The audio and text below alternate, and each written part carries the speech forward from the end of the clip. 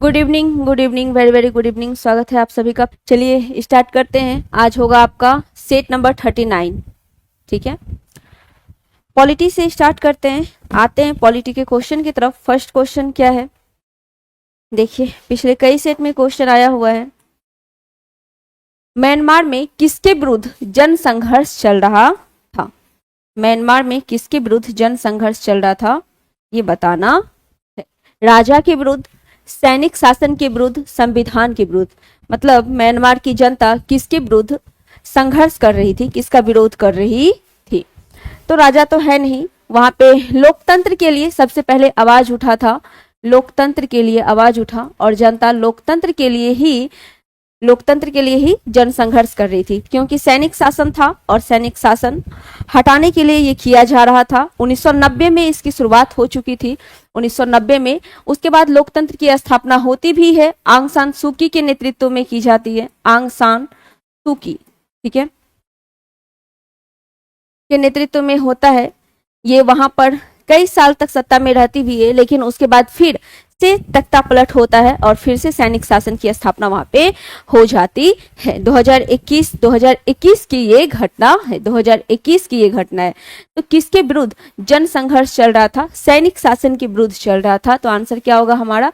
Option number B सही answer हो जाएगा। सैनिक शासन के विरुद्ध जन संघर्ष चल रहा था। ऑप्शन नंबर बी इसका सही आंसर हो जाएगा। ठीक है, म्यांमार की संसद का नाम क्या है? म्यांमार की संसद का नाम क्या है? पीथू हलातू। क्या है? पीथू हलितू। पीथू हलितू, ठीक है, पीथू हलितू म्यांमार की संसद का नाम है, संसद का नाम है। ठीक है, चलिए तो आंसर क्या हुआ? ऑप्शन नंबर बी सही आंसर हो गया, ऑप्शन नंबर बी। आगे चलिए, क्वेश्चन नंबर 112। किस देश में दोहरी नागरिकता का सिद्धांत स्वीकार किया गया है? भारत की अगर बात करें तो हमारे देश में जो नागरिकता है, हमारे देश में नागरिकता की जो व्यवस्था है वो एकहरी नागरिकता है, यानी एकल नागरिकता का प्रावधान है। एकल नागरिकता का प्रावधान हमारे देश में कहाँ के संविधान से लिया गया? तो ब्रिटेन के संविधान से लिया गया है, ब्रिटेन के संविधान से। यानी इससे पता चलता है ब्रिटेन में भी कौन सी नागरिकता है? ब्रिटेन में भी एकल नागरिकता की ही व्यवस्था की गई है। बिरजू जी इसको छोटा ही कर दीजिए, क्योंकि पता नहीं चलता है कितना है। ब्रिटेन से लिया गया है, एकल नागरिकता है, मतलब आपको नेशनल लेवल पर एक ही नागरिकता दी जाएगी। लेकिन अगर बात करें अमेरिका की, अमेरिका हो गया, कनाडा हो गया, कनाडा, ऑस्ट्रेलिया, न्यूजीलैंड, इन सब जगह कैसी नागरिकता है? तो दोहरी नागरिकता है। मतलब आपको यहाँ के देश का तो नागरिकता मिलेगा ही, इसके साथ साथ अगर आप चाहें तो दूसरे देश की नागरिकता भी रख सकते हैं, दूसरे देश की नागरिकता भी रख सकते हैं। तो इस सब जगहों पर कैसी है? दोहरी नागरिकता है, दोहरी नागरिकता की व्यवस्था की गई है। अब यहां से देखिए, भारत एकल नागरिकता, कनाडा में दोहरी नागरिकता है, ऑस्ट्रेलिया में दोहरी नागरिकता है। तो क्या होगा आंसर हमारा? उपयुक्त में से एक से अधिक इसका सही आंसर हो जाएगा, एक से अधिक इसका सही आंसर हो जाएगा। ऑप्शन नंबर डी सही आंसर हो जाएगा, डी। क्लियर है? जैसे यहाँ पे राष्ट्रपति को लेकर देख लीजिए, राष्ट्रपति जो है वो हमारे जितनी बार चुनाव जीत के आएंगे उतनी बार राष्ट्रपति बन सकते हैं, है ना? जितनी बार चाहे उतनी बार बन सकते हैं, बशर्ते उनको चुनाव जीतना होगा। हमारे भारत में व्यवस्था है। लेकिन अगर हम बात करेंगे अमेरिका की, तो अमेरिका में क्या है? एक राष्ट्रपति यानी एक व्यक्ति केवल 2 ही बार राष्ट्रपति बन सकता है। कितनी बार? 2 ही बार राष्ट्रपति बन सकता है, उससे ज्यादा वो नहीं बनेगा। तो आंसर क्या हुआ हमारा? डी सही आंसर हुआ, डी। आइए क्वेश्चन नंबर 113। ओल्गा टेनिस बनाम बंबई नगर निगम, ठीक है, ओल्गा टेनिस बनाम बंबई नगर निगम। ये बात कब का है? 1985 का है। कब का? 1985 का है। डेट भी याद रखना है। फैसले में सर्वोच्च न्यायालय ने निम्न में से किसके गारंटी की बात की थी? जीने के अधिकार, धार्मिक अधिकार, शिक्षा का अधिकार, एक से अधिक, या इनमें से कोई भी नहीं। ये केस क्या था? इसमें जो ओल्गा टेनिस है, इन्होंने बंबई नगर निगम के खिलाफ केस किया था। उसमें क्या किया गया था कि जो झोपड़पट्टी वाले लोग होते हैं, जो कि सड़क के किनारे रहते हैं, ठीक है, स्लम जिसे कहा जाता है, उनके लिए आवाज उठाने का काम किया गया था। इसमें इन्होंने उनके जो जीने का तरीका है उनको लेकर आवाज उठाया था, ठीक है, झोपड़पट्टी में रहने वालों के लिए हम कह सकते हैं। 1985 की ये घटना है। इसमें सुप्रीम कोर्ट ने अपने फैसले में ये व्यवस्था की कि हाँ ठीक है, हर एक के पास क्या है, जीने का अधिकार है। हर एक के पास कौन सा अधिकार है, जीने का अधिकार है, जीने का अधिकार है। तो आंसर क्या होगा, बी सही आंसर हो जाएगा। जीने का अधिकार हर एक के पास है। अब जीने का अधिकार क्या है, इसके लिए मेनका गांधी ने भी काम किया था। मेनका गांधी, ये भी केस सुप्रीम कोर्ट में गया। मेनका गांधी बनाम भारत संघ, ठीक है, ये भी इसी से संबंधित है, जीने के अधिकार से ही संबंधित है। मेनका गांधी बनाम भारत संघ, मेनका गांधी बनाम भारत संघ, ठीक है, भारत संघ, ये भी केस इसी से संबंधित है। अगर हम जीने के अधिकार की बात करें, यानी ये किसमें आएगा, प्राण और दैहिक स्वतंत्रता में आएगा। किसमें, प्राण एवं दैहिक स्वतंत्रता, जो कि हमारे मौलिक अधिकार के अंतर्गत हमें दिया गया है। प्राण और दैहिक स्वतंत्रता किस अनुच्छेद के अंतर्गत है, अनुच्छेद 21 के अंतर्गत है। किस अनुच्छेद के अंतर्गत है, अनुच्छेद 21 के अंतर्गत है। इसमें जितना भी आपके जीवन से रिलेटेड अधिकार है, आपको एक स्वच्छ पर्यावरण मिलना चाहिए, ठीक है, स्वच्छ वातावरण मिलना चाहिए, सोने का अधिकार है, चलने का अधिकार है, घूमने का अधिकार, ये सब, घूमने का नहीं सॉरी, सोने का अधिकार है, चलने का अधिकार है, ये सभी अधिकार किसमें है, यानी एक जीवन से रिलेटेड जो चीजें होती है वो सभी अधिकार जीने के अधिकार में शामिल है। और किस अनुच्छेद के अंतर्गत है, अनुच्छेद 21 के अंतर्गत है। क्या होगा आंसर, ऑप्शन नंबर ए इसका सही आंसर हो जाएगा। ए सही आंसर हो जाएगा। 114, किसने कहा राज्य एक वर्ग पर अत्याचार करने की मशीन से अधिक कुछ नहीं है।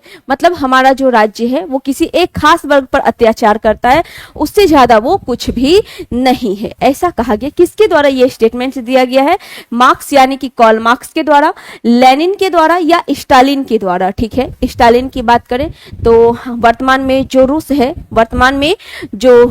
है, ठीक है, यानी कि आधुनिक रूस का निर्माता किसे कहा जाएगा, स्टालिन को। रूस का निर्माता किसे कहेंगे, स्टालिन को कहेंगे रूस का निर्माता। रूस के गांधी के नाम से कौन जाना जाएगा, लेनिन। रूस का गांधी, ठीक है, ये किसे कहा जाएगा, लेनिन को कहा जाएगा रूस का गांधी।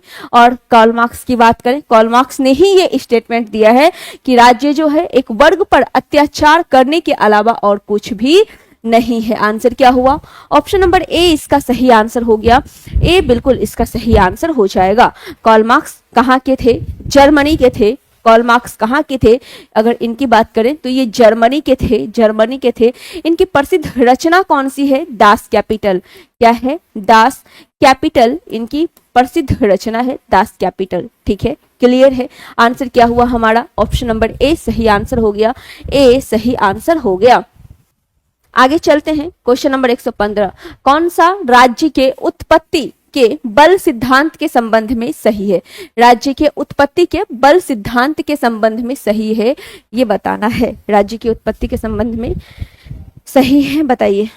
कल हम आपको इससे संबंधित 3 व्यक्ति का नाम बताए थे जिन्होंने राज्य की उत्पत्ति के अनुबंधन समिति संबंधी सिद्धांत दिया था, जिसमें हॉब्स थे, उसके बाद लॉक थे, जॉन लॉक थे और रूसो थे। कौन कौन थे, हॉब्स थे, जॉन लॉक थे और रूसो थे, ठीक है, ये तीनों थे। रूसो की प्रसिद्ध पुस्तक कौन सी है, द सोशल कॉन्ट्रैक्ट है। और राज्य की उत्पत्ति के बल का सिद्धांत कौन सा सही है, ये आपसे पूछा गया है, कौन सा हो जाएगा। राज्य की उत्पत्ति के लिए बल ही एकमात्र जिम्मेदार कारक था, इच्छा बल नहीं राज्य का आधार है। राज्य के विकास में आध्यात्मिक शक्ति सबसे महत्वपूर्ण है। तो आंसर क्या होगा, ए सही आंसर होगा। राज्य की उत्पत्ति के लिए बल ही एकमात्र जिम्मेदार कारक था, ठीक है, आंसर होगा ऑप्शन नंबर सी। चलिए आगे 116, राज्य व्यवस्था पर सभी भारतीय लेखक में से हॉब्स के सबसे निकट किसे माना जाता है। हॉब्स की आत्मकथा के बारे में कल आप जाने थे, लगातार 3-4 क्वेश्चन था। हॉब्स की आत्मकथा क्या है, हॉब्स की आत्मकथा यानी हॉब्स के द्वारा ही जो लिखी गई पुस्तक है अपने जीवन पर आधारित, उसका नाम क्या है वो आपको बताना है। तो राज्य व्यवस्था पर सभी भारतीय लेखक में से हॉब्स के सबसे निकट किसे माना जाता है, राजा कलश कर्णम, कौटिल्य, तुलसीदास, एक से अधिक या इनमें से कोई भी नहीं। किसे माना जाता है ये आपको बताना है। बताइए क्या होगा। किससे? अर्थशास्त्र के रचयिता कौन? कौटिल्य यानी कि चाणक्य। अर्थशास्त्र, अर्थशास्त्र। तो आंसर क्या होगा हमारा? ऑप्शन नंबर बी सही आंसर हो जाएगा। कौटिल्य सही आंसर हो जाएगा। कौटिल्य के समय हम हॉब्स की आत्मकथा का नाम पूछे, क्या है? लेविथॉन नाम है। लेविथॉन नाम है क्या हुआ है सर? चलिए क्या नाम है? लेविथॉन है। लेविथॉन है। लेविथॉन इनकी आत्मकथा का नाम है। ठीक है, चलिए आंसर क्या होगा? कौटिल्य के सबसे निकट माना जाता है। कौटिल्य के सबसे निकट, तो आंसर हो जाएगा ऑप्शन नंबर बी।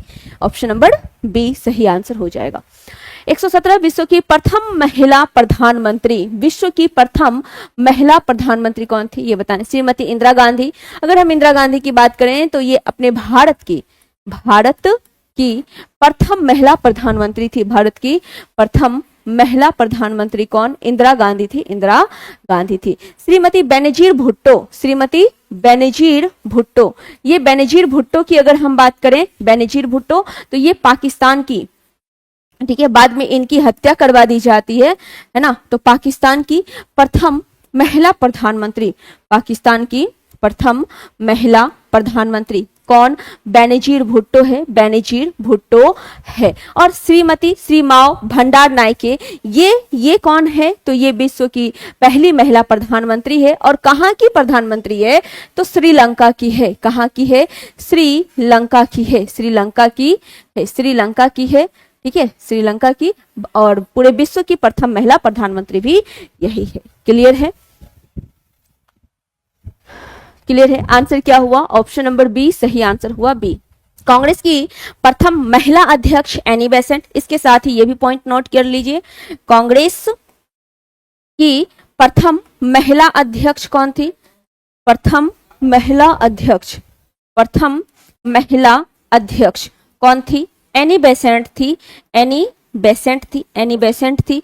और प्रथम भारतीय महिला अध्यक्ष कौन थी? प्रथम भारतीय महिला अध्यक्ष, ये आपको बताना है। बताइए, बहुत इजी है, सबको मालूम ही होगा। प्रथम भारतीय महिला अध्यक्ष कौन थी ये आपको बताना है। बताइए क्या हो जाएगा आंसर।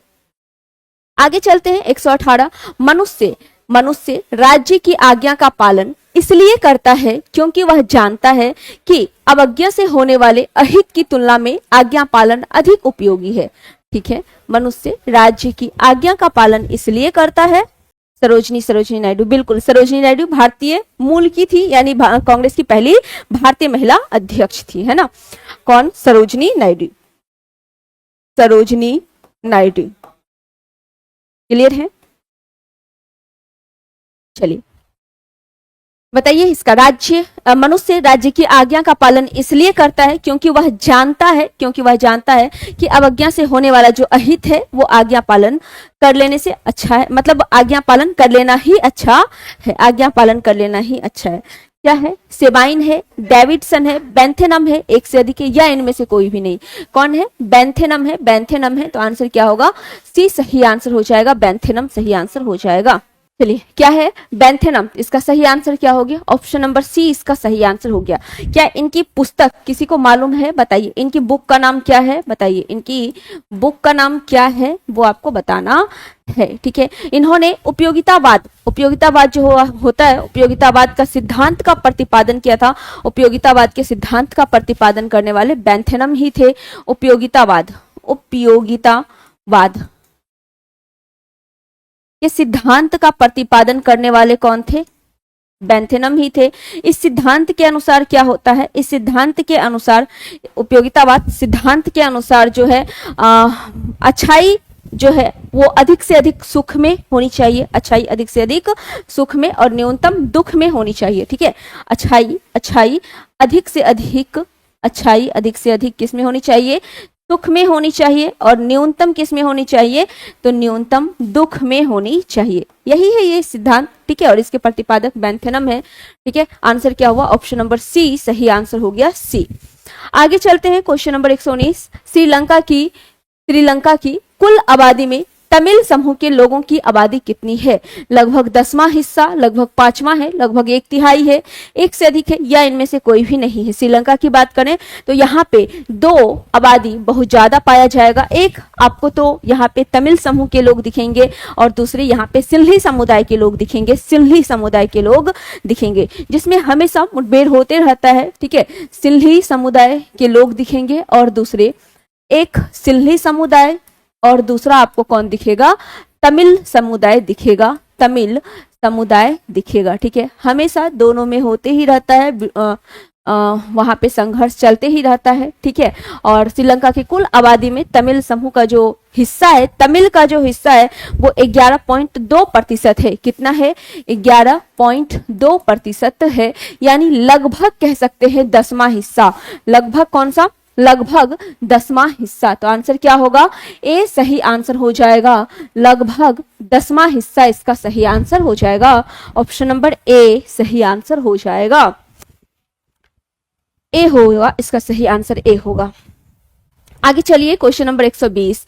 उद्देशिका, उद्देशिका को वर्तमान में हम लोग किस नाम से जानते हैं? उद्देशिका ही क्या है? हमारा प्रस्तावना है, जो हमारे संविधान में है, प्रस्तावना है। ठीक है, चलिए, में समाजवादी और धर्मनिरपेक्ष शब्द कब जोड़े गए हैं ये बताना है। ठीक है,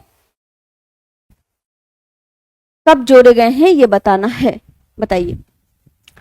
अगर हम प्रस्तावना की बात करें तो इसे कब पेश किया गया? 13 दिसंबर को पेश किया गया था, इसे पेश किया गया। ठीक है, और 22 जनवरी 1947, 22 जनवरी, 13 दिसंबर 1946 को पेश किया गया, 22 जनवरी 1947 को इसे जो प्रस्ताव था उसे अपना लिया गया, उसे पारित कर दिया गया। ठीक है, इसे पारित कर दिया गया 22 जनवरी 1947 को। क्या प्रस्तावना में एक भी बार संशोधन हुआ है? हाँ बिल्कुल, प्रस्तावना में एक बार संशोधन हुआ है। कहां से लिया गया है? तो प्रस्तावना अमेरिका के संविधान से लिया गया है। लेकिन अगर हम प्रस्तावना की भाषा की बात करें, प्रस्तावना की भाषा की बात करें तो प्रस्तावना की जो भाषा है, ये भाषा कहां से ली गई है? ऑस्ट्रेलिया के संविधान से लिया गया है, ऑस्ट्रेलिया के संविधान से लिया गया है। ठीक है, एक बार संशोधन किया गया है, मात्र एक बार संशोधन इसमें हुआ है और उसमें 3 शब्द जोड़े गए हैं, 3 शब्द जोड़े गए हैं। कौन कौन? 2 शब्द तो यहाँ आपको दिया हुआ है। एक आपका कौन सा है? समाजवादी है, दूसरा पंथ निरपेक्ष यानी धर्म निरपेक्ष है, और तीसरा अखंडता है। तीसरा क्या है? तीसरा आपका अखंडता है, अखंडता है, तीसरा अखंडता है। तो ये 3 शब्द जोड़े गए थे। अब कब संशोधन हुआ है ये आपको बताना है, कब संशोधन हुआ ये बताना है। बताइए आंसर क्या होगा? 42वां संवैधानिक संशोधन, बिल्कुल 42वां संवैधानिक संशोधन हुआ है। 42वां संवैधानिक संशोधन 1976 में हुआ है। 42वां संवैधानिक संशोधन 1976 हो जाएगा इसका सही आंसर। ऑप्शन नंबर ए सही हो जाएगा। क्या है? ऑस्ट्रेलिया।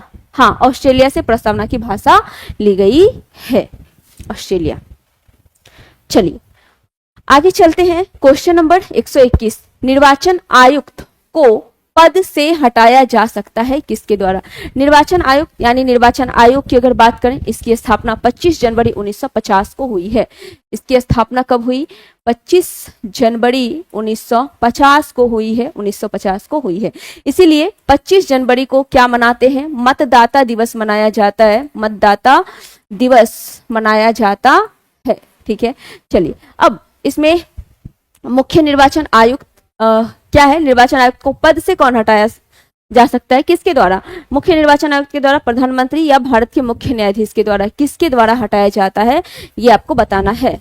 हाँ, संप्रभुता है, पंथ निरपेक्ष है और अखंडता है। आज आपका कमेंट सामने नहीं है, इस जिसकी वजह से हम सामने नहीं देख पा रहे हैं, साइड में है, बार बार इसीलिए देखना पड़ता है साइड में। ठीक है, बताइए।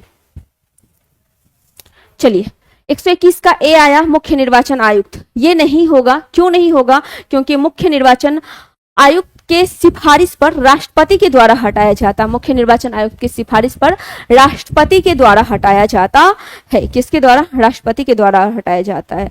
तो अगर यहाँ पे क्लियर दिया रहता तो आप आंसर कर सकते थे, लेकिन मुख्य निर्वाचन आयुक्त द्वारा नहीं हटाया जाता है, इनके सिफारिश पर हटाया जाता है। ये सिफारिश करेंगे तो कौन हटाएगा? राष्ट्रपति हटाएंगे। कौन हटाएंगे?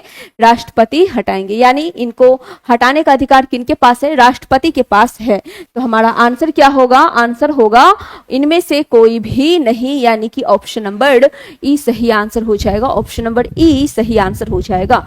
ठीक है, सिफारिश निर्वाचन आयोग करेंगे, मुख्य निर्वाचन आयुक्त और राष्ट्रपति के द्वारा हटाया जाएगा। क्लियर है? किस भाग में निर्वाचन आयोग है? भाग 15 में है। किस भाग में है? भाग 15 में इसकी व्यवस्था है। 324 से लेकर 329 तक इसकी व्यवस्था है। निर्वाचन आयोग का काम क्या होता है?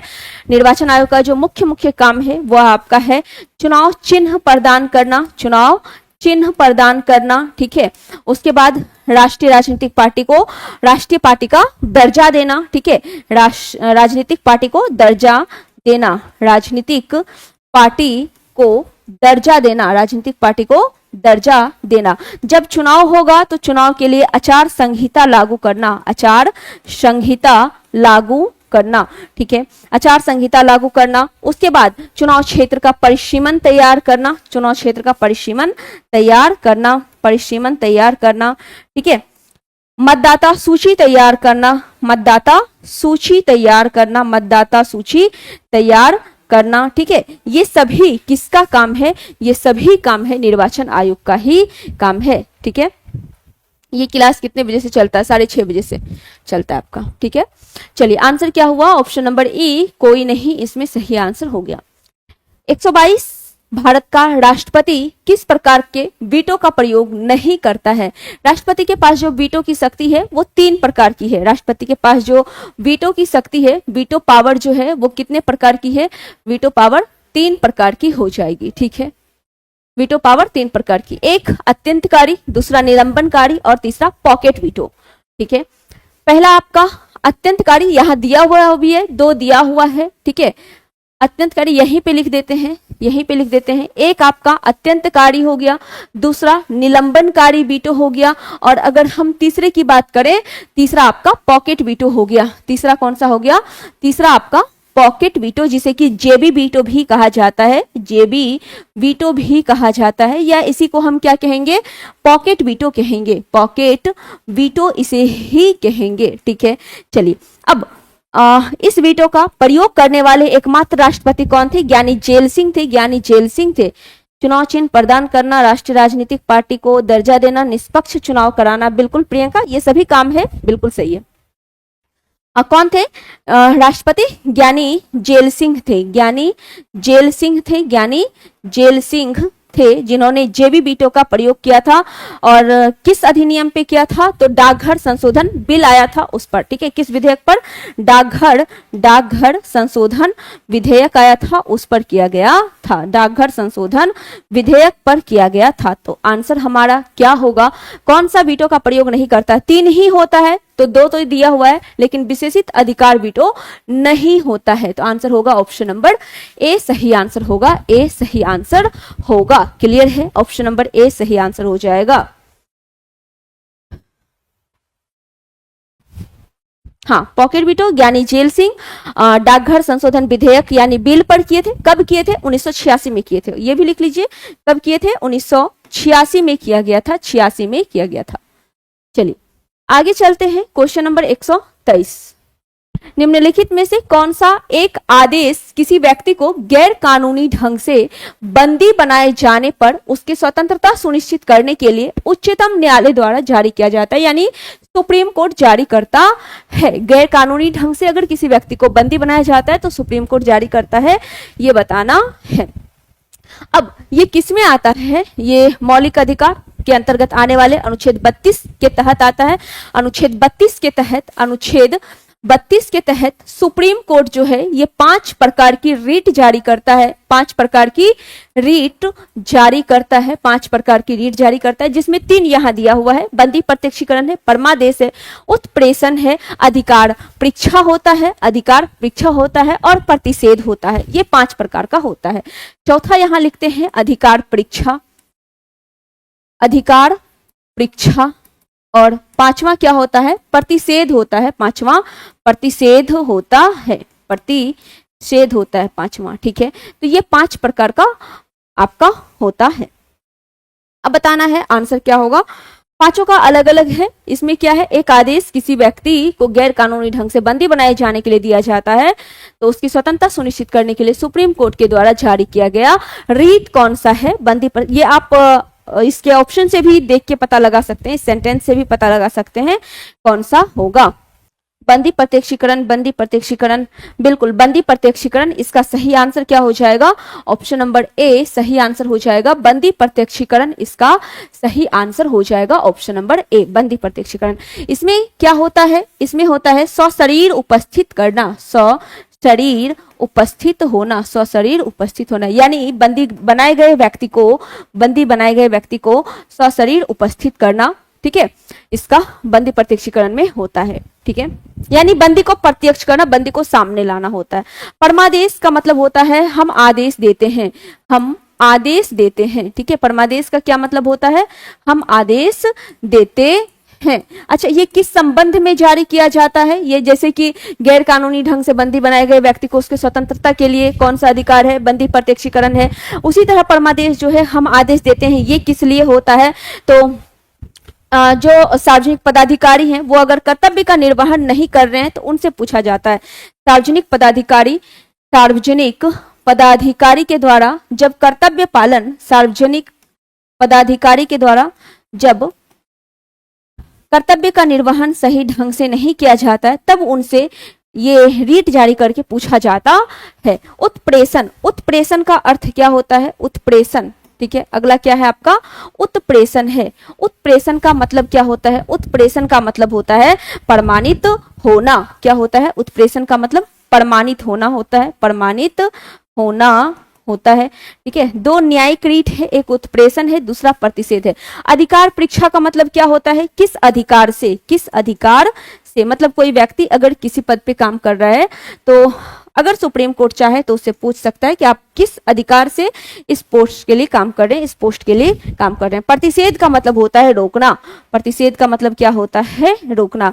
मतलब जो न्यायालय होता है तो उच्चतम न्यायालय अपने अधीनस्थ न्यायालय को ये कहता है कि आपके अधिकार क्षेत्र से कोई मामला बाहर है तो आप उसे अपने से ऊपर के न्यायालय को ट्रांसफर कर सकते हैं। ठीक है, तो ये था पांचों आपका रीट। बाकी आंसर क्या होगा, ऑप्शन नंबर ए होगा, बंदी प्रत्यक्षीकरण इसका सही आंसर हो जाएगा। ठीक है, हाँ, किस अधिकार से रोकना, बिल्कुल।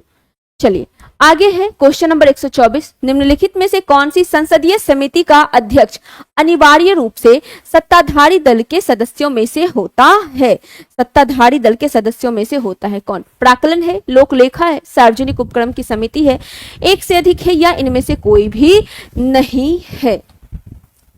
अगर हम प्राक्कलन समिति की बात करें तो प्राक्कलन समिति में सदस्य की संख्या कितनी होती है, प्राक्कलन समिति में सदस्य की संख्या होती है 30। कितनी होती है, 30। लोक लेखा समिति में कितनी होगी, 22 होगी, 22 होगी, जिसमें दो भागों में बटा होगा, एक 15 दूसरा 7।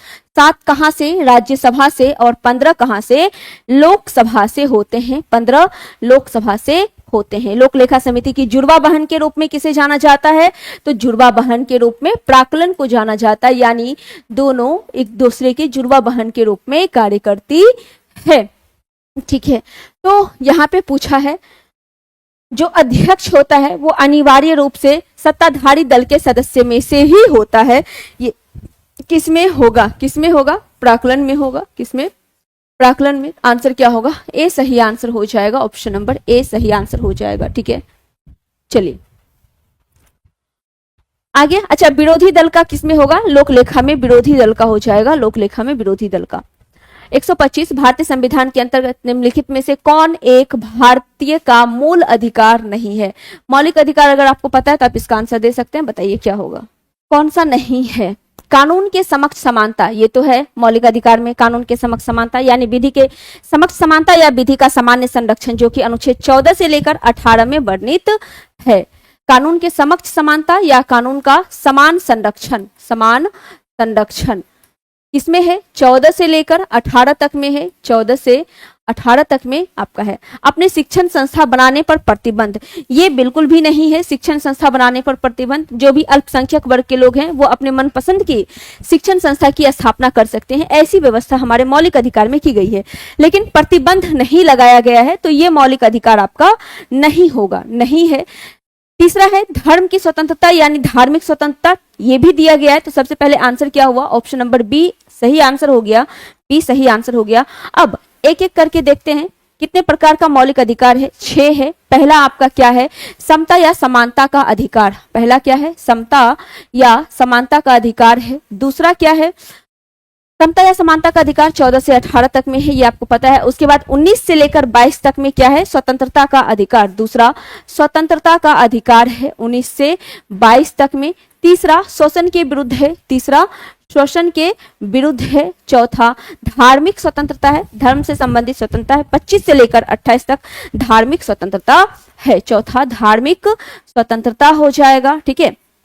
पांचवा शिक्षा और संस्कृति, शिक्षा और संस्कृति है, शिक्षा एवं संस्कृति आपका पांचवा हो गया। और छठा क्या है, संवैधानिक उपचारों का अधिकार, संवैधानिक उपचारों का अधिकार, जो कि हमारे मौलिक अधिकार का रक्षक, जिसके तहत सुप्रीम कोर्ट होता है, संवैधानिक उपचारों का अधिकार, ठीक है, संवैधानिक उपचारों का अधिकार। 14 से 18 तक समता या समानता है, 19 से लेकर 22 तक स्वतंत्रता है, शोषण के विरुद्ध 23 और 24 है, धार्मिक स्वतंत्रता 25 से 28 तक है, 29-30 शिक्षा और संस्कृति है, ये भी अल्पसंख्यक वर्ग के लिए ही है, ठीक है। और संवैधानिक उपचार अनुच्छेद 32 में है, 32 में। आंसर क्या होगा आपका, बी सही आंसर हो जाएगा, बी।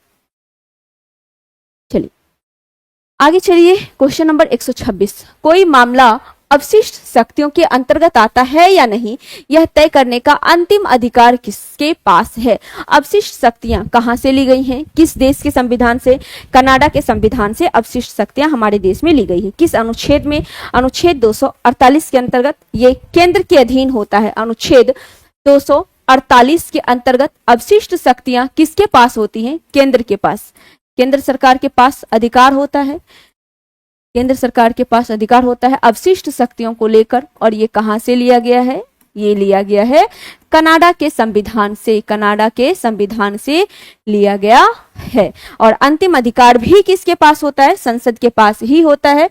आंसर क्या होगा, ऑप्शन नंबर ए सही आंसर होगा, संसद, जिसका वर्णन हमारे संविधान के 79 अनुच्छेद में किया गया है। चलिए आगे, क्वेश्चन नंबर 127। सूची 1 को सूची 2 से मिलाना है। हमेशा हम 99 से लेकर 106 तक, वर्तमान में जो 106 संवैधानिक संशोधन हुआ है वहां तक लिखाते हैं। बताइए क्या होगा इसका सही आंसर, क्या है। 101, 101 में क्या है, जीएसटी यानी वस्तु और सेवा कर। एक का क्या हुआ, 3, एक का 1 है तो गलत हो गया, एक का 1 है तो गलत हो गया, बचा भी, मिलाते हैं। 102 में क्या है, 102 में है ओबीसी आयोग को संवैधानिक दर्जा जो दिया गया है उसके बारे में, यानी 2 का 4 यानी बी का 4 बिल्कुल सही है, बी का 4 आपका बिल्कुल सही है, ये गलत हो गया, ठीक है, ये गलत है, ये गलत है, सही है। 103 में क्या है, 103 में ईडब्ल्यूएस को दिया गया आरक्षण है, जो 10% का आरक्षण दिया गया है, तो 103 का 2 हो जाएगा, 103 का 2 हो जाएगा। और 104 में आंग्ल भारतीय समुदाय का जो आरक्षण खत्म किया गया है लोकसभा से, 2 सीट का जो आरक्षण था राष्ट्रपति मनोनीत कर सकते थे, उसे समाप्त किया गया 104 संवैधानिक संशोधन के द्वारा। तो डी का क्या हुआ, 1 हो गया। तो आंसर क्या मिला, आंसर हो गया बी सही आंसर हो गया। अब एक बार देखते हैं 99 में क्या था, 99 में था जो कॉलेजियम व्यवस्था थी उसे समाप्त किया गया था, कॉलेजियम व्यवस्था को समाप्त किया गया था, यानी ये न्यायिक नियुक्ति से संबंधित है। 100 में क्या है, भारत और बांग्लादेश के बीच जो भूमि हस्तांतरण हुआ था वो है भारत और बांग्लादेश के बीच। 101 यहाँ बता ही दिए हैं, जीएसटी है। 102 ओबीसी आयोग है। 103 ईडब्ल्यूएस है। 104 एंग्लो इंडियन है। 104 में ही दादर नगर हवेली और दमन दीव का एकीकरण भी है। दादर नगर हवेली और दमन दीव का एकीकरण किस संवैधानिक संशोधन के द्वारा, 104 संवैधानिक संशोधन के द्वारा। 105 में क्या है? 105 में है राज्य के लिए पृथक रूप से ओबीसी आयोग की चर्चा की गई है। और 106 में क्या है? 106 में है नारी बंधन अधिनियम। 106 में क्या है? नारी वंदन अधिनियम है। नारी वंदन अधिनियम 106 में है। और वर्तमान में कितना संशोधन? 106 ही संशोधन हमारे संविधान में किया गया है। क्लियर है? तो आंसर क्या हुआ हमारा? ऑप्शन नंबर बी सही आंसर हुआ, बी। चलिए आगे चलते हैं। क्वेश्चन नंबर 128, केंद्रीय सतर्कता आयोग का मुख्य कार्य क्या है? केंद्रीय सतर्कता आयोग सीबीसी जिसे कहा जाता है, इसका मुख्य कार्य क्या है? CBC, central vigilance commission, CBC. ठीक है, बताइए इसका मुख्य कार्य क्या है? चलिए, केंद्रीय सतर्कता आयोग यानी कि अगर हम सीबीसी की बात करें, सीबीसी की बात करें तो 1964 में इसकी स्थापना के संथानम समिति के सिफारिश पर की जाती है। के संथानम समिति के सिफारिश पर की जाती है। ठीक है, उसके बाद इसे जो संवैधानिक दर्जा देने का काम होता है वो 2003 में होता है। यानी इसे संवैधानिक दर्जा कब मिला? 2003 में मिला है। संवैधानिक दर्जा 2003 में दिया गया है। ठीक है, चलिए अब देखते हैं इसका मुख्य कार्य क्या है। देश के जांच अभिकरण पे निगरानी रखना, न्यायालय में लंबित आपराधिक मामले पर शीघ्र निर्णय करवाना। ठीक है, तीसरा है लोक सेवक के विरुद्ध मामलों की जांच पड़ताल करना। तीसरा सही है आपका, लोक सेवक के मामलों में, लोक सेवक के मामलों के विरुद्ध मामले की जांच पड़ताल करना इसका सही आंसर है। ऑप्शन नंबर क्या है? सी सही आंसर हो जाएगा, सी। सेंट्रल विजिलेंस कमीशन सीबीसी, केंद्रीय सतर्कता आयोग 1964 में के संथानम की अध्यक्षता में एक आयोग गठित किया गया। उसके बाद इसकी स्थापना हुई थी। ठीक है, चलिए आगे क्वेश्चन नंबर 129, हमारे संविधान के भाग 3 में क्या है? मौलिक अधिकार उपबंधित धर्म की स्वतंत्रता। धार्मिक स्वतंत्रता जो है, इसका जो अधिकार है, इसकी अभिव्यक्ति किस प्रकार की है? नकारात्मक है, सकारात्मक है, या पोषित है, या एक से अधिक है? भाग 3 में धर्म की स्वतंत्रता जो दी गई है ये आपसे पूछा गया है। धार्मिक स्वतंत्रता भाग 3 में कहां से कहां तक देखे थे? 25, 26, 27 और 28, यानी 25 से लेकर 28 तक धार्मिक स्वतंत्रता का उल्लेख है। धार्मिक स्वतंत्रता, ठीक है, इसका उल्लेख है। ये कैसा है? सकारात्मक है। कैसा है? सकारात्मक है, सकारात्मक। तो आंसर क्या होगा? बी सही आंसर हो जाएगा, बी इसका सही आंसर हो जाएगा। चलिए आगे चलते हैं। 130, भारत में केंद्रीय मंत्रिपरिषद किसके प्रति उत्तरदायी है? लोकसभा है, राज्यसभा है, संसद है? केंद्रीय मंत्रिपरिषद किसके प्रति उत्तरदायी है, ऐसा आपसे पूछा गया है।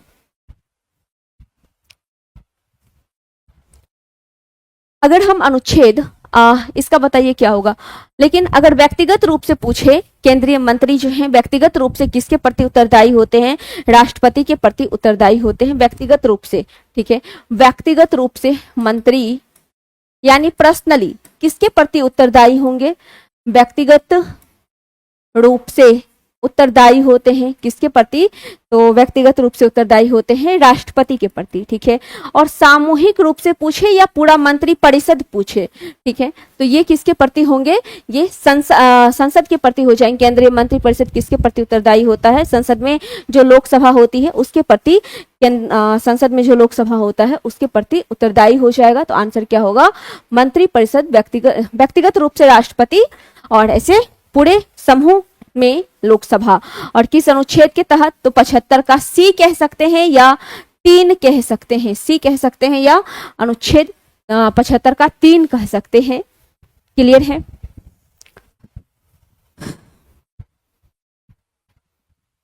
क्लियर है? और संसद सामूहिक रूप से किसके प्रति जिम्मेदार है? किसके प्रति जिम्मेदार है? तो जनता के प्रति। सामूहिक रूप से संसद सामूहिक रूप से किसके प्रति उत्तरदायी है? तो जनता के प्रति संसद उत्तरदायी है। और मंत्री परिषद किसके प्रति है? तो वो लोकसभा के प्रति है। व्यक्तिगत रूप से किसके प्रति है? तो राष्ट्रपति के प्रति है। कौन सा अनुच्छेद है? अनुच्छेद 75 का सी या 3। 131, निम्नलिखित में से कौन सी भारतीय संविधान की विशेषता नहीं है? संघात्मक शासन प्रणाली है, बिल्कुल है संघात्मक शासन प्रणाली। एक अलिखित संविधान है, नहीं, अलिखित संविधान नहीं है हमारा संविधान। एक बहुत ही अच्छे खूबसूरत हैंडराइटिंग में इसे लिखा गया है, प्रेम बिहारी नारायण रायजादा के द्वारा लिखा गया है। ठीक है, तो क्या होगा, एक अलिखित संविधान, ये बिल्कुल गलत है। संविधान सभा द्वारा निर्मित, बिल्कुल संविधान सभा द्वारा निर्मित है और कैबिनेट मिशन की संस्तुति के आधार पर ही संविधान सभा का भी गठन संविधान के लिए किया गया था। तो कौन सा गलत हुआ, एक अलिखित संविधान। आंसर क्या होगा, बी इसका सही आंसर हो जाएगा। हमारे देश का अलिखित नहीं लिखित संविधान है। ठीक है, लिखित है और व्यापक संविधान है, यानी बड़ा संविधान है। क्लियर है। हाँ, संविधान सभा की प्रथम बैठक 9 दिसंबर को होती है। 9 दिसंबर 1946 को प्रथम बैठक नई दिल्ली के काउंसिल चैम्बर के पुस्तकालय भवन में की जाती है प्रथम बैठक। और इसकी अध्यक्षता करने वाले कौन है, अस्थायी अध्यक्ष सबसे पहले चुना जाता है डॉक्टर सच्चिदानंद सिन्हा को। उसके बाद फिर 2 दिन के बाद इसकी दूसरी बैठक होती है 11 दिसंबर को, जिसमें अस्थायी अध्यक्ष के रूप में डॉक्टर राजेंद्र प्रसाद को चुना जाता है। फिर 2 उपाध्यक्ष भी चुने जाते हैं। 132 पे आइए, राष्ट्रपति के विरुद्ध महाभियोग का आरोप लगाकर उसे हटाने का प्रस्ताव पारित होना चाहिए कहां से। कल ही महाभियोग के बारे में बताए हैं। महाभियोग अनुच्छेद 61 में है, एक अर्ध न्यायिक प्रक्रिया है। मैम, जाना हुआ क्वेश्चन रॉन्ग हो जाता है, जिसके चलते मार्क्स नहीं बढ़ रहा है, क्या करें। बार बार रिवीजन कीजिए, बार बार रिवीजन करने से ही जाना पहचाना जो क्वेश्चन गलत होता है, या आप कह सकते हैं इजी क्वेश्चन जो गलत होता है वो नहीं होगा। ठीक है, बार बार रिवीजन करने से ही और सेट में कंटिन्यू रहने से। सेट अगर आप कंटिन्यू करते हैं, उसका डिस्कशन सही से होता है, तो फिर मार्क्स जरूर बढ़ेगा। चलिए, महाभियोग के बारे में बताए हैं, अनुच्छेद 61 है, एक अर्ध न्यायिक प्रक्रिया है। अर्ध न्यायिक प्रक्रिया है महाभियोग। कैसी प्रक्रिया है, अर्ध न्यायिक प्रक्रिया है। और कहाँ के संविधान से लिया गया है, तो अमेरिका के संविधान से इसे लिया गया है, अमेरिका के संविधान से लिया गया है। ठीक है, कब लगाया जाता है राष्ट्रपति पर, तो राष्ट्रपति जब हमारे संविधान का अतिक्रमण करते हैं, यानी संविधान के अतिक्रमण करने पर ही, संविधान के अतिक्रमण होने पर ही लगता है। संविधान के अतिक्रमण होने पर ही महाभियोग राष्ट्रपति पे लगता है। क्लियर है, संविधान का अतिक्रमण होने पर ही। अब कल इसका हम पूरा प्रोसेस बताए थे, एक बार फिर से बता देते हैं। अगर हम महाभियोग की बात करें तो ये संसद के किसी भी सदन में, लोकसभा या राज्यसभा किसी में भी ला सकते हैं। कल हम लोकसभा पे बताए थे, आज राज्यसभा में बता देते हैं। ठीक है, मान लीजिए सबसे पहले राज्यसभा के सदस्यों ने तय किया कि राष्ट्रपति पर महाभियोग लगाना है। इसके लिए उन्होंने 1/3 सदस्य से एक प्रस्ताव को लाया, प्रस्ताव लाया। ठीक है, प्रस्ताव आ गया, फिर यहाँ पे 1/3 सदस्य लेकर आए, फिर 2/3 सदस्य ने उस प्रस्ताव को पारित किया, फिर अगले सदन में भेजा जाएगा और उससे 14 दिन पूर्व किसको सूचना दी जाएगी, राष्ट्रपति को सूचना दी जाएगी, राष्ट्रपति को सूचना दी जाएगी। और फिर लोकसभा भी क्या करेगा, 2/3 बहुमत से उसे पारित करेगा। फिर महाभियोग की प्रक्रिया कंप्लीट समझी जाएगी। ठीक है, तो क्या होना चाहिए इसका आंसर, राज्यसभा द्वारा 2/3 बहुमत से, ठीक है, लोकसभा द्वारा 2/3 बहुमत से, संसद के दोनों सदस्य के 2/3 बहुमत से। अब यहाँ क्या दिख रहा है आपको, क्या दिख रहा है, राज्यसभा भी 2/3 बहुमत से पारित करेगा, लोकसभा भी 2/3 बहुमत से पारित करेगा, यानी दोनों से पारित होना चाहिए। तो आंसर क्या होगा, सी सही आंसर होगा। दोनों सदनों के 2/3 बहुमत से ये पारित होगा, तभी महाभियोग लगेगा। क्लियर है।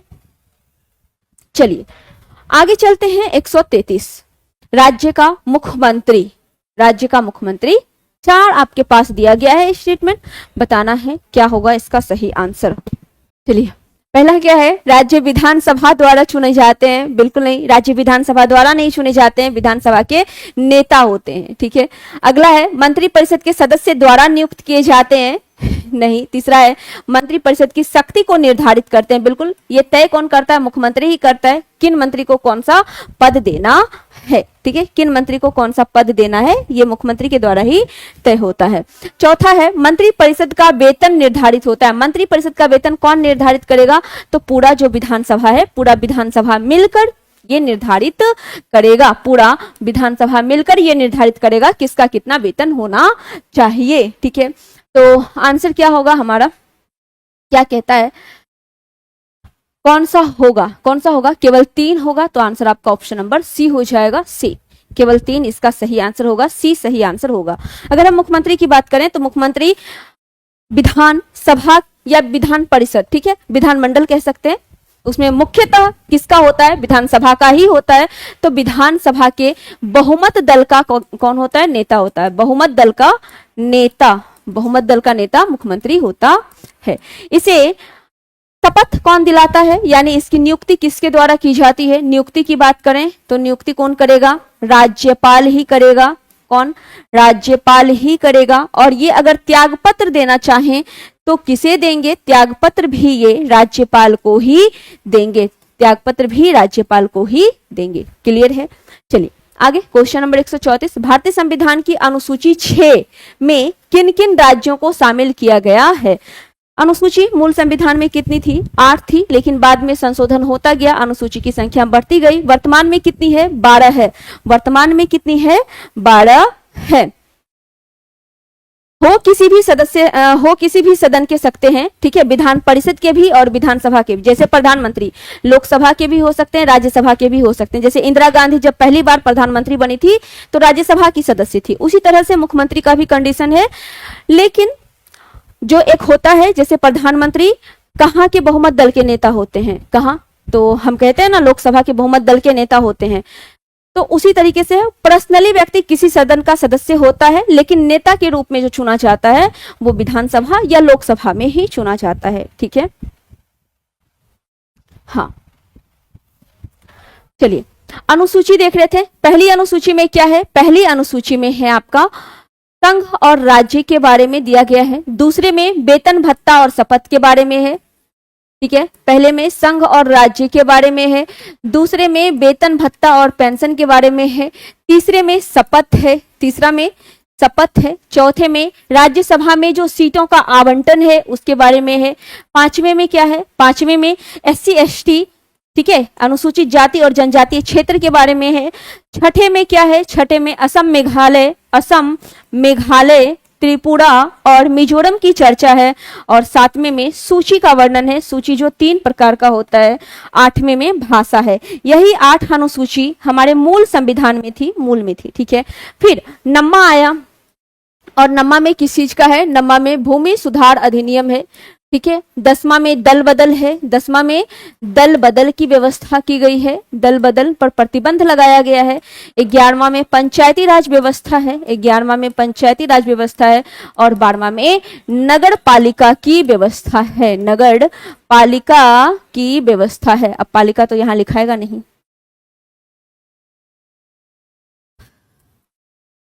नगर पालिका की व्यवस्था 12वीं अनुसूची में है। क्लियर है, तो अब बताइए क्या होगा इसका आंसर। 12 अनुसूची आपके सामने है, असम मेघालय त्रिपुरा और मिजोरम, असम मेघालय त्रिपुरा और मिजोरम। आंसर होगा ऑप्शन नंबर ए। क्लियर है, संघ सूची, राज्य सूची और समवर्ती सूची, राष्ट्रीय नहीं, संघ सूची, राज्य सूची और समवर्ती सूची। संघ सूची में केंद्र सरकार कानून बनाएगा, राज्य में राज्य सूची राज्य सरकार बनाएगी, और समवर्ती में दोनों को अधिकार है। लेकिन अगर किसी मसले पर विवाद होता है तो संघ यानी कि केंद्र के द्वारा बनाया गया कानून ही मान्य होगा। चलिए आगे चलते हैं। 135, कौन सा कथन नीति निर्देशक सिद्धांत के विषय में सही नहीं है। कौन सा सही नहीं है, ऐसा आपसे पूछा गया। नीति निर्देशक जिसे कि आयरलैंड के संविधान से लिया गया है, हमारे संविधान में आयरलैंड के संविधान से लिया गया है। भाग 4 में इसका वर्णन है, 36 से लेकर आपका 51 तक इसका वर्णन है। पहला क्या है, यदि कोई राज्य के नीति निर्देशक सिद्धांत को लागू नहीं करता है तो उसके विरुद्ध न्यायालय में मामला दायर किया जा सकता है, नहीं किया जा सकता है। यानी हम DPSP के लिए, नीति निर्देशक तत्व के लिए न्यायालय नहीं जा सकते हैं, यानी ये न्यायोचित नहीं है, ये न्यायोचित नहीं है। बिल्कुल ऐसा प्रावधान है किस अनुच्छेद में, अनुच्छेद 37 में है, अनुच्छेद 37 में ये कहा गया है। दूसरा है गांधीवाद भी राज्य के नीति निर्देशक सिद्धांत का एक तत्व है, बिल्कुल है। जैसे पंचायती राज व्यवस्था ही ले लीजिए, अनुच्छेद 40 जो इसी में है, और ये गांधीवाद विचारधारा से संबंधित है। नीति निर्देशक तत्व आयरलैंड के संविधान से लिया गया है। बी और सी आपका सही है, लेकिन अगर हम बात करें ए की तो ए गलत है और यहाँ गलत ही पूछ रहा है। आंसर क्या होगा? ए आपका सही आंसर हो जाएगा, ए सही आंसर हो जाएगा। किस अनुच्छेद के तहत? 37 के तहत कहा गया है कि नीति निर्देशक तत्व के लिए हम न्यायालय नहीं जा सकते हैं। यह पूर्णतः राज्य की इच्छा पे डिपेंड करता है। अगर राज्य देना चाहे तो देगा, नहीं देना चाहे तो नहीं देगा। राज्य अगर समर्थ है अपने यहाँ लागू करने में तब करे। ठीक है। 136 किस संवैधानिक संशोधन ने अनुच्छेद 14, 19 और 31 के तहत प्रदत्त मूल अधिकार पर नीति निर्देशक तत्वों को कानूनी वरीयता प्रदान की है? किसके तहत प्रदान किया गया है कानूनी वरीयता, ये बताइए।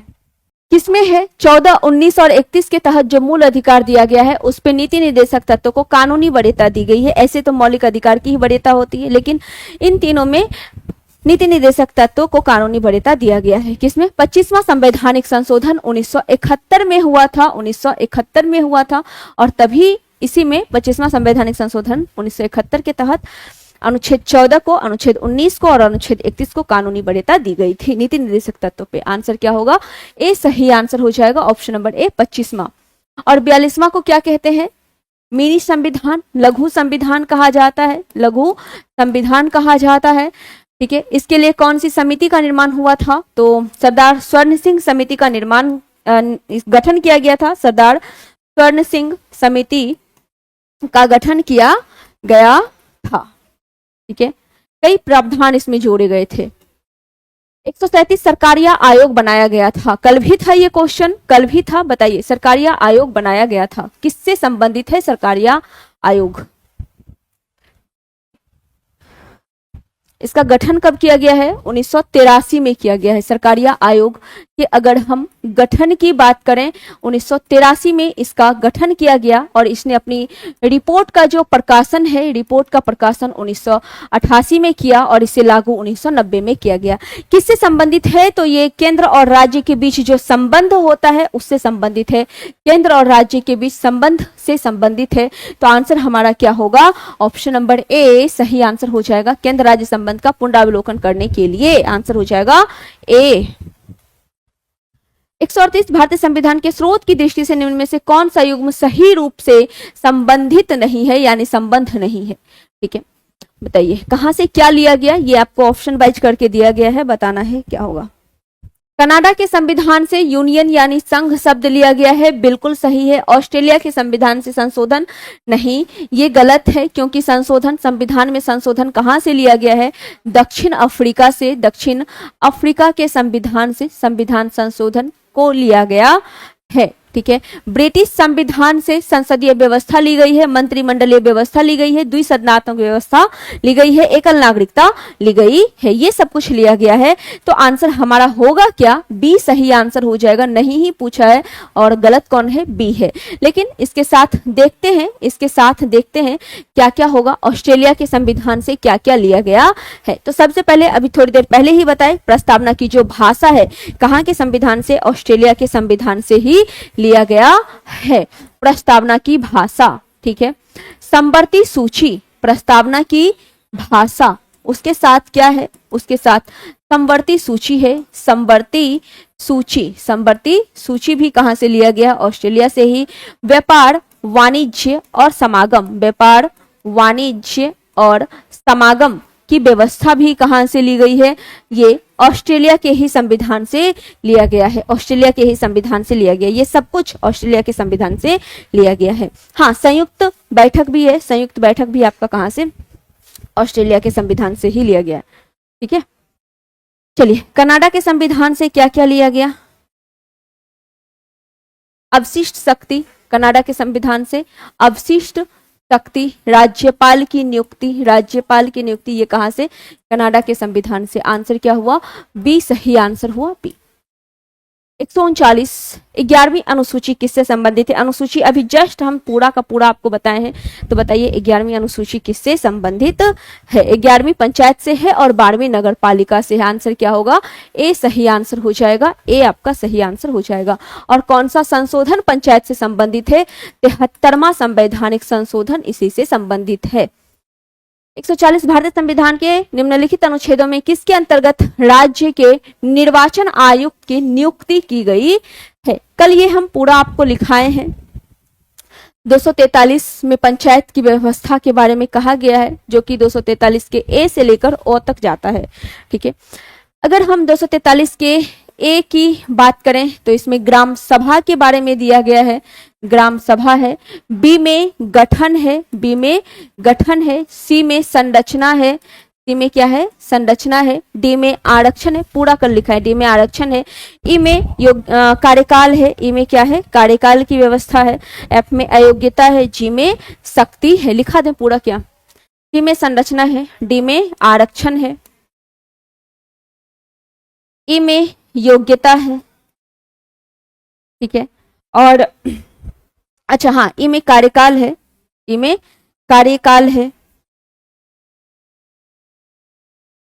एफ में योग्यता है, जी में शक्ति है, एच में टैक्स है यानी कि कर की व्यवस्था है, आई में राज्य वित्त आयोग है, राज्य वित्त आयोग है। ये काफी इंपॉर्टेंट है।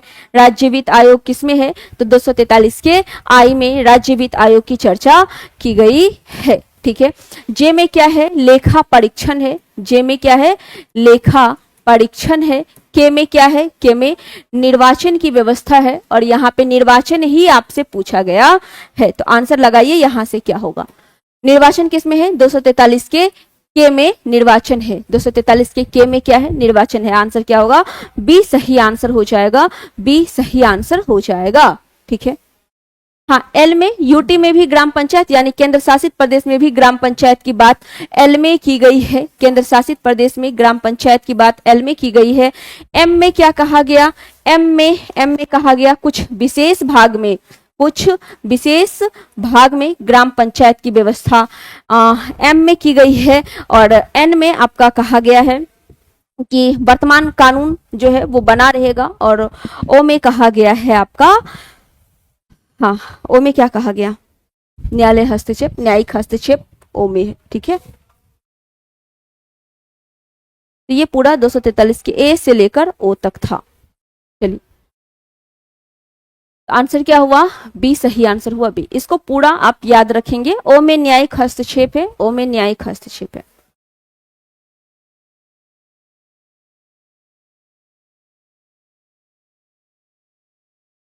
एन का भी नहीं लिखे हैं। एन में क्या है?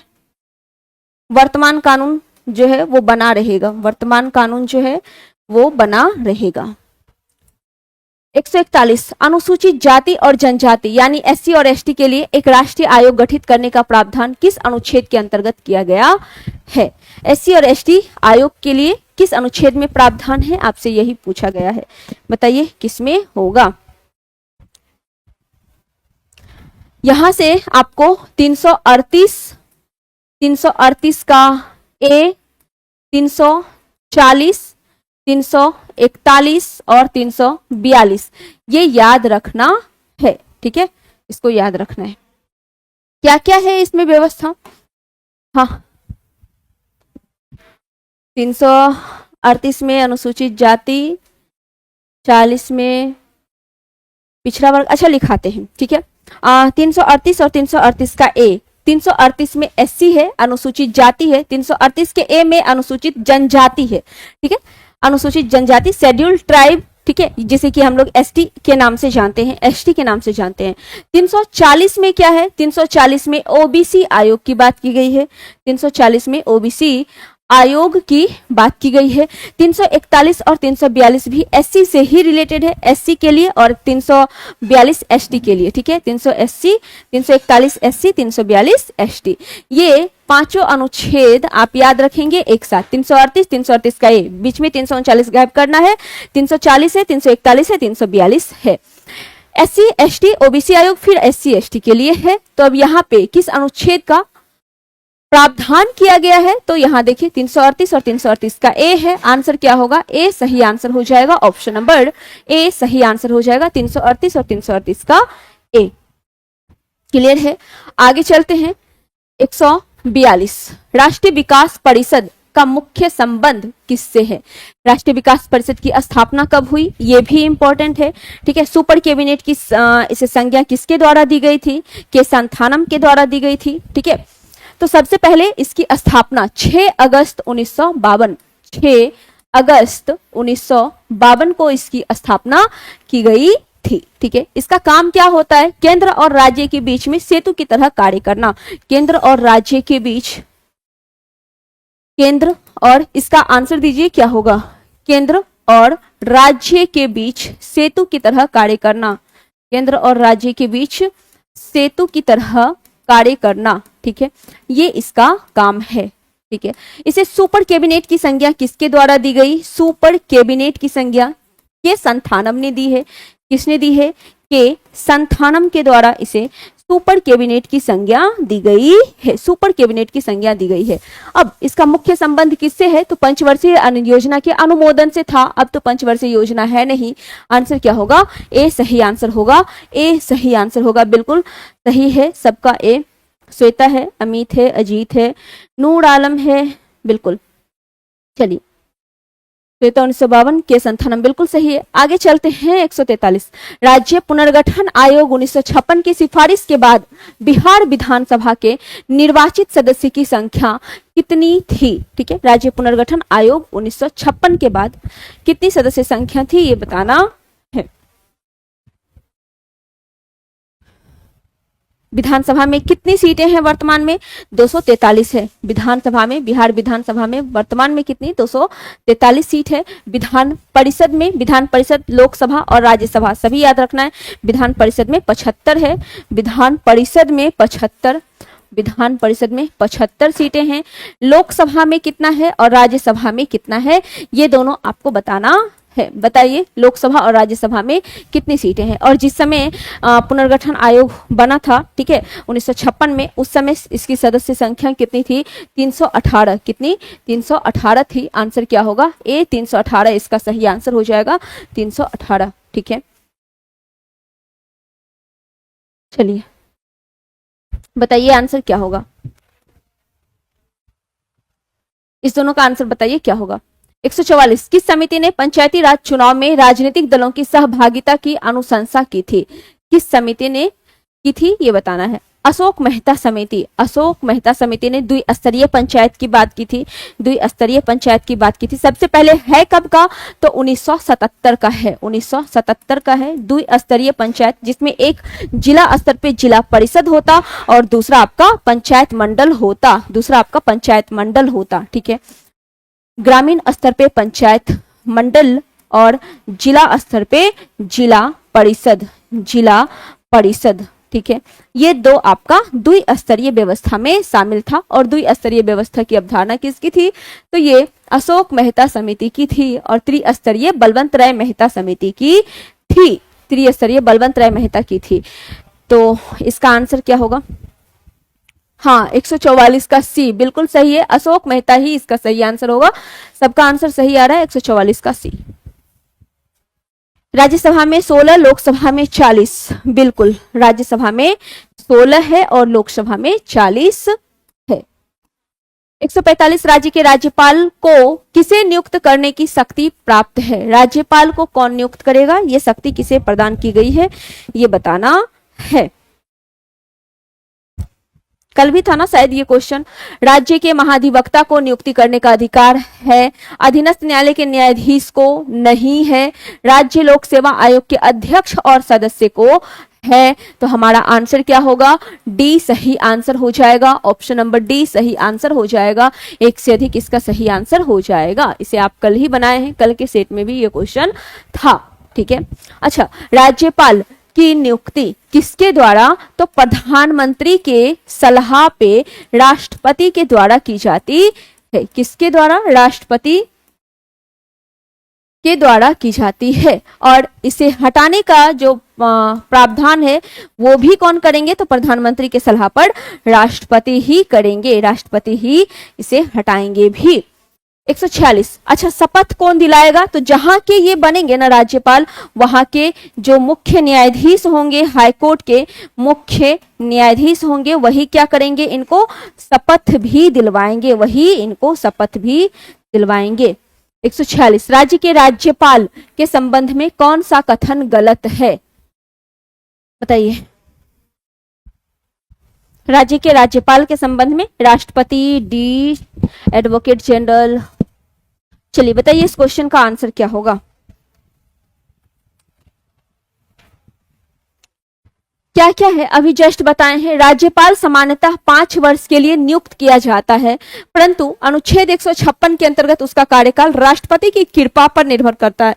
बिल्कुल सही है। वैसे जनरली उनका कार्यकाल 5 वर्ष का होता है, लेकिन बीच में अगर प्रधानमंत्री चाह रहे हैं फेरबदल करने तो वो कर सकते हैं, और किसके द्वारा होगा, राष्ट्रपति के द्वारा होगा। तो ये बिल्कुल सही है, 156 में व्यवस्था की गई है।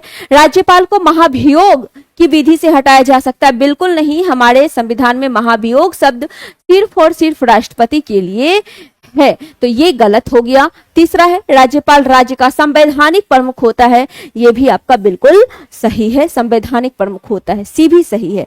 तो यहाँ आंसर हमारा क्या होगा, आंसर हो जाएगा, कौन सा गलत है, बी गलत है, आंसर हो जाएगा ऑप्शन नंबर सी। क्या एक राज्यपाल एक से अधिक राज्य के राज्यपाल हो सकते हैं, बिल्कुल, और ऐसा प्रावधान 7वां संवैधानिक संशोधन में किया गया है कि एक ही व्यक्ति 2 या 2 से अधिक राज्य का राज्यपाल हो सकता है, राज्य का राज्यपाल हो सकता है। क्लियर है। चलिए आंसर क्या होगा, बी सही आंसर हो जाएगा आपका, बी सही आंसर हो जाएगा। 147 बिहार विधानमंडल में सम्मिलित है, कल भी है क्वेश्चन, ये कल भी था। राज्यपाल है, विधान परिषद है, विधानसभा है, एक से अधिक है, या इनमें से कोई भी नहीं है। तो विधानमंडल की अगर हम बात करें तो कल बताए थे विधानमंडल के 3 अंग होते हैं, राज्यपाल, विधानसभा, विधान परिषद। विधान परिषद वर्तमान में कितने राज्य में है, तो विधान परिषद वर्तमान में 6 राज्य में है, 6 राज्य में है। ठीक है, चलिए अब बताइए इसका आंसर क्या होगा, बताइए इसका आंसर क्या हो जाएगा। चलिए 168 विधानमंडल, 168 में विधानमंडल है, 169 में विधान परिषद का सृजन और समापन की व्यवस्था है, 169 में विधान परिषद के सृजन और समापन की व्यवस्था की गई है, सृजन और समापन की व्यवस्था है। 170 में विधानसभा की संरचना की बात है, और 171 में ये विधान परिषद की संरचना की बात है, संरचना की बात है। ठीक है, आंसर क्या होगा, एक से अधिक, इसका सही आंसर हो जाएगा ऑप्शन नंबर डी, इसका सही आंसर हो जाएगा डी। बिहार यूपी का एटीएम, अच्छा विधान परिषद कहाँ है, यूपी में है, महाराष्ट्र में है, बिहार में है, ठीक है, कर्नाटक में है, आंध्र प्रदेश में है और तेलंगाना में है। चलिए 148 बिहार में पंचायत समिति का गठन प्रमंडल स्तर पर होगा। पंचायत समिति एक सदस्य का चयन होगा, कितने पर, 5000 की आबादी पर, 3000 की आबादी पर या 7000 की आबादी पर, तो ये 5000 की आबादी पर होता है, 5000 की आबादी पर, आंसर ऑप्शन नंबर ए। 149 नगर निकाय की कुल सदस्य संख्या कितनी है, ये बताना है, नगर निकाय की कुल सदस्य संख्या कितनी है। चलिए ठीक है, हाँ यूपी बिहार का एटीएम ट्रिक है। चलिए सही है, बस किसी तरह याद रहना है, माइंड में रहना है क्वेश्चन, ताकि गलत ना हो। ठीक है, डायरेक्ट राज्य याद कीजिए, ट्रिक से याद कीजिए, या जैसे याद करना है, बस क्वेश्चन गलत नहीं होना चाहिए। चलिए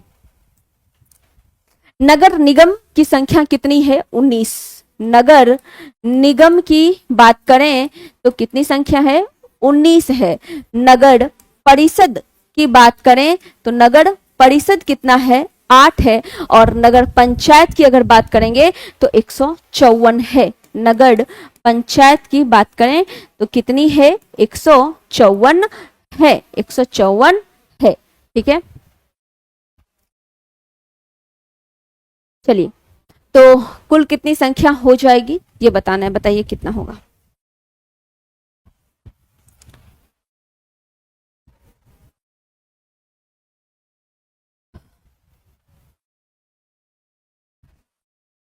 एक सौ बासठ, 154, नगर निगम 19, नगर परिषद अच्छा 89, नगर परिषद 89, नगर पंचायत 154।